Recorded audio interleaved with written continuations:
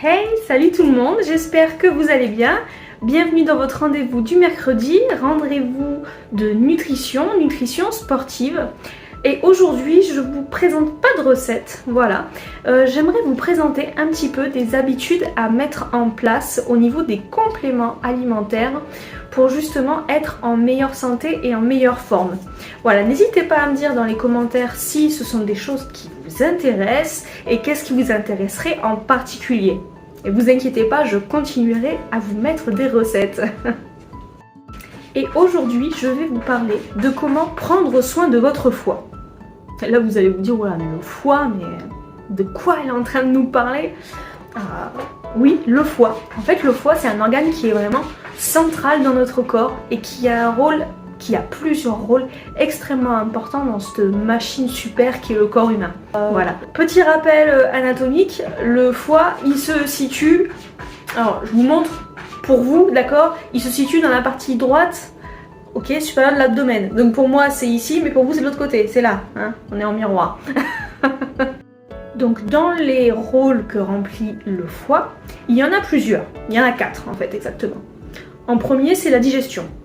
On le sait tous, le foie, il intervient pour créer de la bile qui est stockée dans la vésicule biliaire, qui aide à la digestion des graisses, notamment en les émulsifiant et en facilitant leur absorption. Ok, et tout ça se passe après au niveau de l'estomac.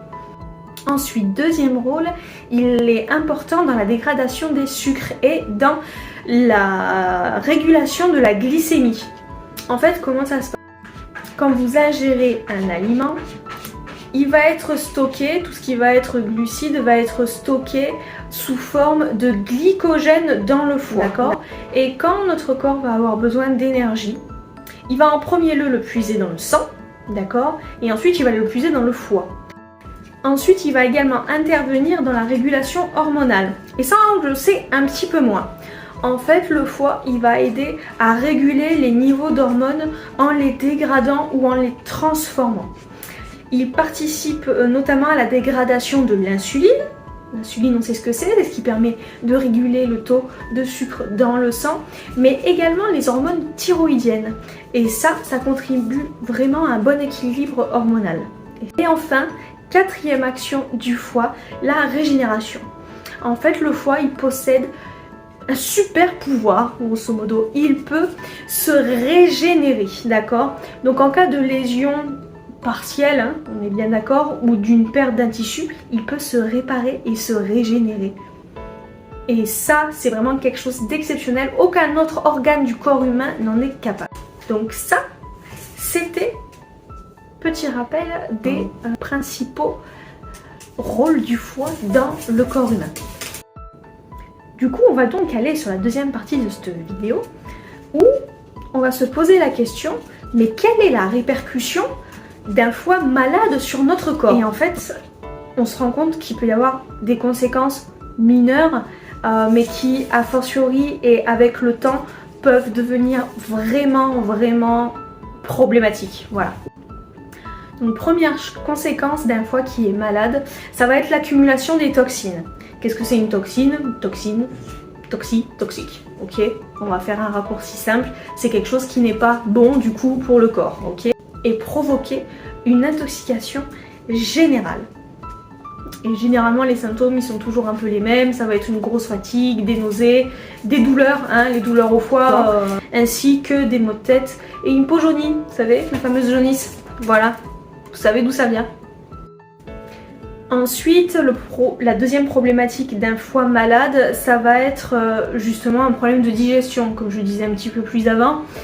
En fait, on va avoir un problème de dégradation des graisses. Donc ça va avoir plusieurs conséquences. Bon, des troubles digestifs, ça ok, je vous fais pas de dessin.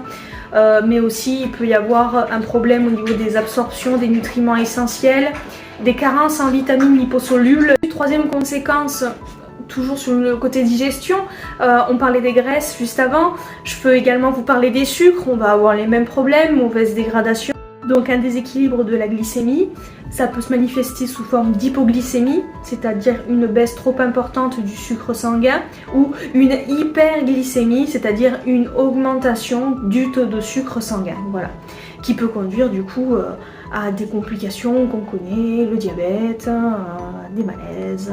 Et du coup, toujours sur cette partie, en fait, on fait un peu écho à la première partie, on va y avoir des troubles hormonaux. Donc des troubles hormonaux, c'est pareil, les hormones, c'est vraiment le siège du corps, le siège des humeurs, le siège du fonctionnement même du corps. Vous créez des troubles au niveau des hormones, vous allez créer un trouble général au niveau de votre corps. Et du coup, une production excessive, par exemple, d'hormones sexuelles, elle peut survenir avec un foie malade.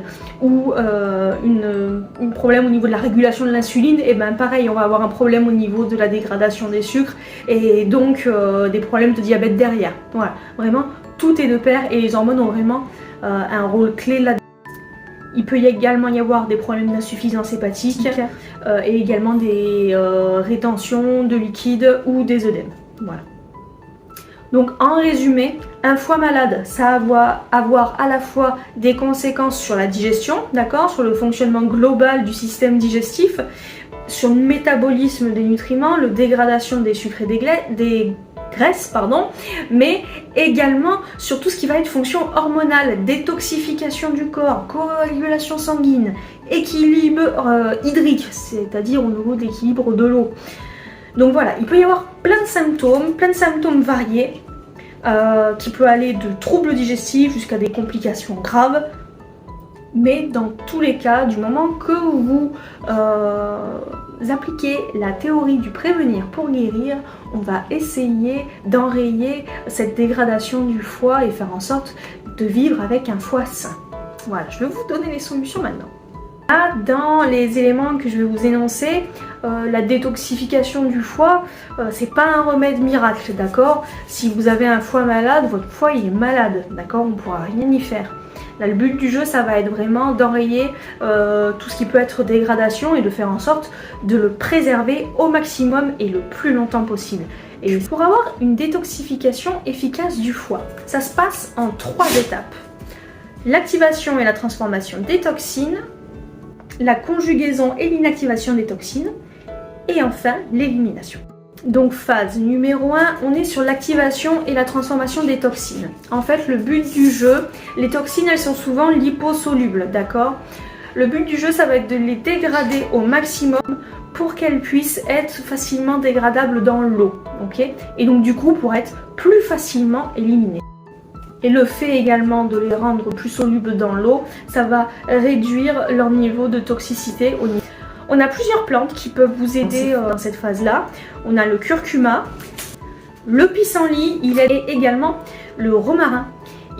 Ensuite, la phase 2, la conjugaison et l'inactivation des toxines. Donc, grosso modo, on va prendre toutes les petites toxines qui ont été dégradées par les enzymes juste avant de la phase 1.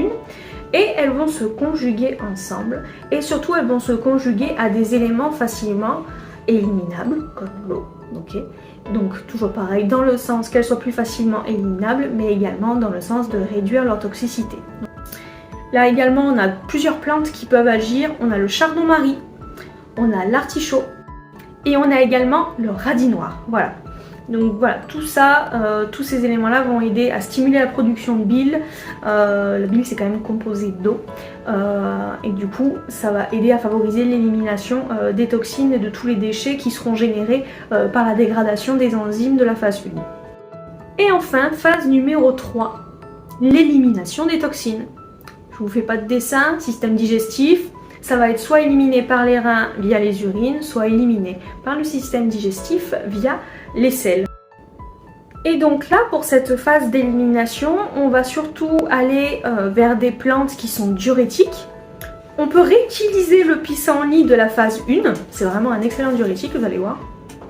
On peut également utiliser la pensée sauvage et aussi le desmodium, d'accord? C'est aussi une autre variété de pensée. Pour résumer, il est important, je le redis encore une fois, de noter que les cures de détoxification du foie, elles ne doivent pas être du tout vues comme une solution miracle, mais vraiment comme un complément à une alimentation équilibrée et un mode de vie sain. Hein. On le voit marqué sur tous les paquets, pas pour rien.